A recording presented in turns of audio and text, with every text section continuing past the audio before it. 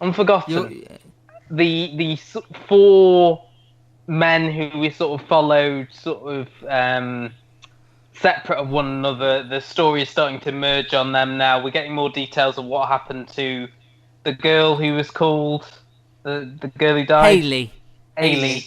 On this sort of Millennium Night, we learned that all four men were there for to celebrate the new year and to do some golfing. And later on, all their wives and children came down, and they sort of had corroborated their alibis to say, oh, we never saw her while we were there.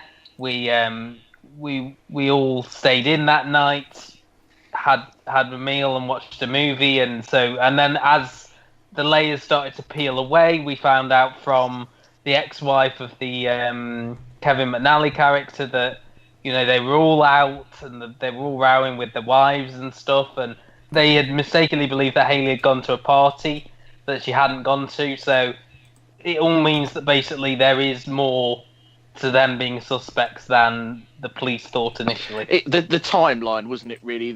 What happened was they investigated the timeline where it looked like she had been killed after midnight, but it now looks like it could be a lot earlier. So all of them, their alibis have fallen apart. It feels now like they're sort of little separate subplots that they had have sort of finished. Alex Jennings, his court case has come to an end. The stuff with Neil Morrissey stealing that money, that's sort of finished, and you get the impression he's going to try and use this, like his involvement in this case, to maybe, I don't know, sell his story to the press or something. Yeah. Because he was the only one to say, oh yes, I did see her cleaning the place. There's these odd strands in it as well, like there's this blogger. Yeah, this confuses me, but I like it. I like being confused. I don't know her role in it, and then we've got the older boyfriend of Haley, who this was the bit I picked up on, where I was saying, well, how did he get to work at a girls' school if he was listed on the police files as being the main suspect in the murder of his teenage girlfriend in 1999? Surely there would be checks. But then I was thinking, because it was 1999, the checks would have been slightly different, so it might... I must warn people from listening from now on, this is what it's going to be like. If you're not a fan... Gabby, wait till you get to episode 6 of Keeping Faith. I've got some stuff to say about that. Or maybe you won't. Do you yearn for the days of stamps and I do, I miss stamps, yeah. Thoughts, Gary? The way that they do an investigation makes sense to me. Basically, Gary finds it easy to follow. It's not right. Okay. In some senses, that's true. You're not getting different perspectives on the investigation.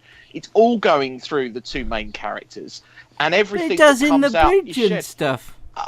I'm not suggesting that any other show doesn't do it as well. What I'm saying is, I like this. It feels familiar. It feels like real. I'm seeing it. Yeah, and I'm seeing it as they're seeing it. It's difficult for me because obviously I was very lucky to be on the set a few times. Chris is... Speak from your heart, Luke. Yeah, I got to speak from the heart. That's what the podcast is for. I have struggled with this series of Unforgotten. I haven't really been that invested in the four main male storylines. You've got James Fleet as this homeless guy who's had a breakdown, who lives in a caravan, is a successful artist, and is wanting to marry again. And I don't find that particularly engaging. You've got Neil Morrissey as the guy back from Hong Kong who just can't succeed at anything he does. And I think they're sort of stopping those plots now, aren't they? Yeah, I'm hoping so. That's what it felt like to me, episode 3, because I hope felt you're right. Similar to you in the first 2 episodes, but this felt like, we've finished these little subplots now, which are sort of introducing the characters. Well, I'm assuming they're all going to be arrested or soon. There's going to be some break. I think as well, if you think back to Series 1, I don't think we were particularly fond of most of the sort of stories there either. That's probably a good point, because I haven't gone back and revisited Series 1 at all. I will praise Nicola Walker and Sanjeev Bhaskar till the cows come home.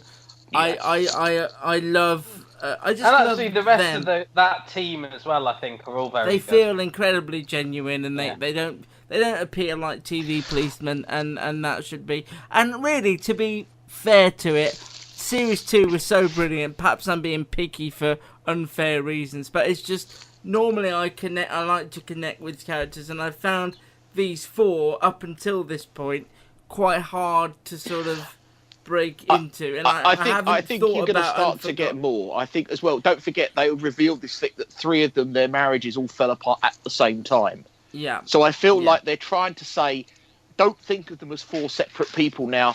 Think of them now as this group, because that's really the key to the solving what's happened. I mean, it is a very sort of personal story to Chris Lang, isn't it? So that is the reason why it had to be 4 white men of a certain age, because he's sort of written these characters from his perspective.